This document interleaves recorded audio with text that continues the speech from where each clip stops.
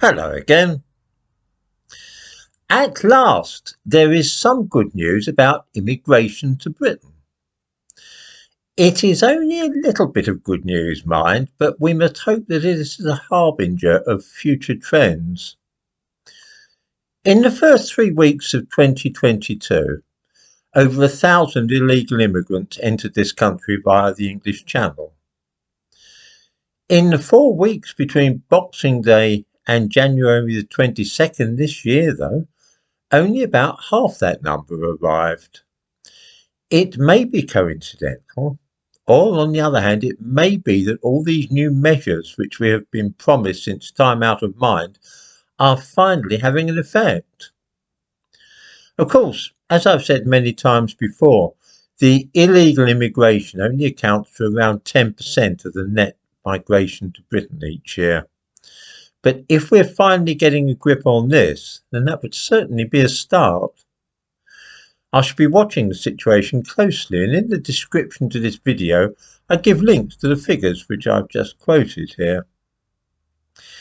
Illegal immigration by those seeking to claim asylum in Britain may only account for 40 or 50,000 people a year, but they are more likely to be troublesome than those who enter the country by legal means to study here or take up a job. A disproportionate number of asylum seekers do seem to end up in the newspapers for unpleasant offences such as murder and rape.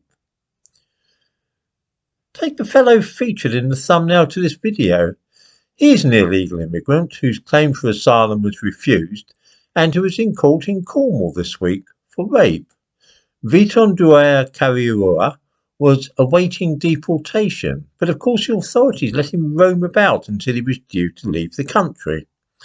He raped a girl and has thus ensured that he will stay in our country for the next 7 years, even if it is in prison. I give a link to the case about him, also in the description to this video. It is my impression that asylum seekers are more often mixed up in such offences than those who come to Britain officially, but that may simply be that their cases are more likely to be publicised. I'm not sure about this. If it is true that we are getting a grip on the boats crossing the Channel, and it's a little early to be sure about this yet, then that would certainly be a beginning. The next step is to look in a broader perspective at immigration and decide what we wish to happen regarding it. I'm wondering if it would be possible to initiate a debate on this subject, not in a sense of trying to deport immigrants and their families or incite hatred against them, but to ask if further immigration to this country is necessary or desirable.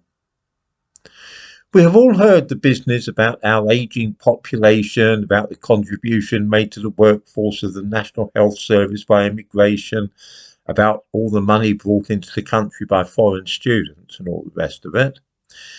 The only thing is, this is presented to us rather as a fait accompli, something which we must accept as inevitable. It's happening and that's an end to the matter. It may be so, or it may not, that all this is a good thing, but I think that a national debate or even a referendum would be a better way to proceed, rather than just telling us that we are stupid little Englanders and do not understand the economic imperatives at work. I say this because despite the fact that we are assured that the NHS could not function without importing nurses from the Philippines and doctors from India, the broader picture never seems to be discussed. By this I mean that we do indeed have an ageing population, but it's not just an ageing population of white British people. An increasing number of old people are those same immigrants who came here to work in the NHS and so on. In other words, we are importing more doctors and nurses to care for people who came here themselves as immigrants. This looks to me like rather an endless merry-go-round or conveyor belt that we bring people into the country to help in hospitals and care homes. Then these people themselves grow old and need to be cared for, and so we have to import more people to look after them. There does not seem to be any end to this. There is no exit strategy as I can see.